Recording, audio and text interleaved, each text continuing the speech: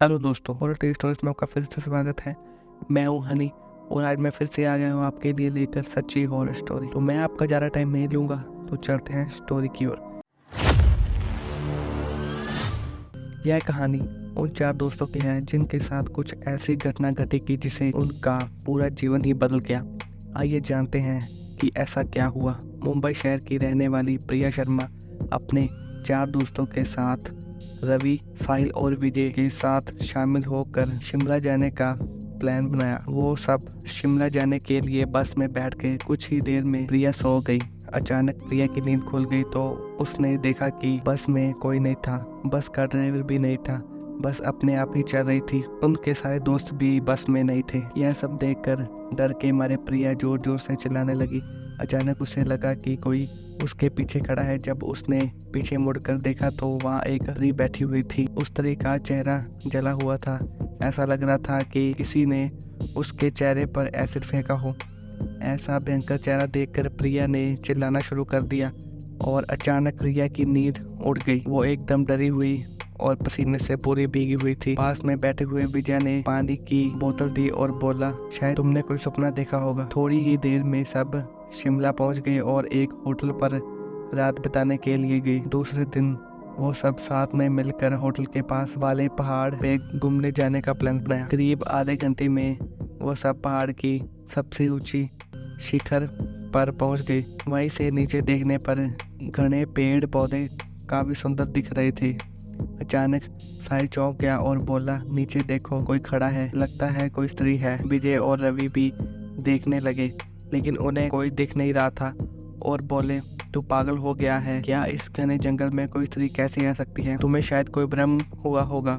उसके बाद वह सब खुली जगह पर चले गए। रात होने वाली थी इसलिए वह सब ने पहाड़ पर ही रुकने का निर्णय लिया। इसलिए उन सब ने वहाँ पर ही तंबू लगाया और खाने पीने के लिए सामान बाहर निकाला। प्रिया की बैग तंबू के बाहर थी इसलिए वह लेने के लिए बाहर गई तो वहाँ पर उसे किसी की आवाज़ सुनाई दी। प्रिया उस आवाज़ की ओर अपने नज़र घुमाती है तो उन्हें सामने से कोई 3 आदमी आते हुए दिखाई दे रहे थे।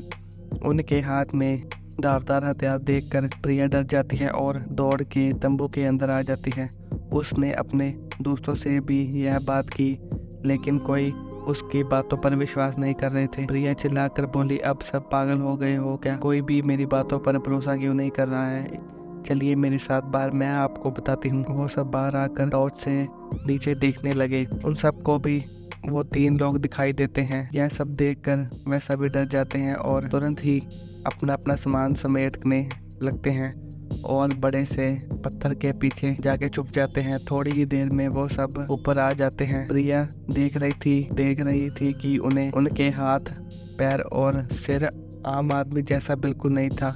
वो सब एक जगह पे बैठ जाते हैं और कुछ तांत्रिक विद्या शुरू करते हैं। उनमें से एक आदमी अपने हाथों की उंगलियों को काट देता है लेकिन अंधेरे की वजह से उन्हें कुछ भी ठीक से दिखाई नहीं देता है। अचानक उन चारों ने देखा कि एक औरत उन आदमियों के बीच में आके लेट जाती है। कोई नहीं जानता कि आखिर वो औरत वहाँ पे पहुंची कैसे। प्रिया ने कहा, मुझे कुछ समझ नहीं आ रहा है, आखिर यह सब हो क्या रहा है? मुझे बहुत ही डर लग रहा है। एक के बाद एक वो तीनों उस औरत को सूंघने लगे। वहीं पे अचानक उस औरत ने अपनी उंगली उठाई और हमारी तरफ इशारा करने लगी। हम सब डर गए।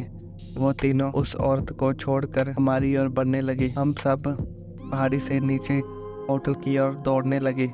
हमारी आवाज़ सुनकर वो तीनों हमारी ओर दौड़ने लगे। प्रिया और साहिल सबसे आगे थे और विजय और रवि उनके पीछे दौड़ रहे थे। प्रिया और साहिल होटल तक पहुंच गए लेकिन रवि और विजय का कोई पता नहीं चल रहा था। हमने होटल वालों को उनके बारे में सब बता दिया तो उन लोगों ने कहा कि उस पहाड़ पर कोई नहीं जाता है, वो पहाड़ श्रापित है, जो भी वहाँ जाता है वो कभी वापस नहीं आता।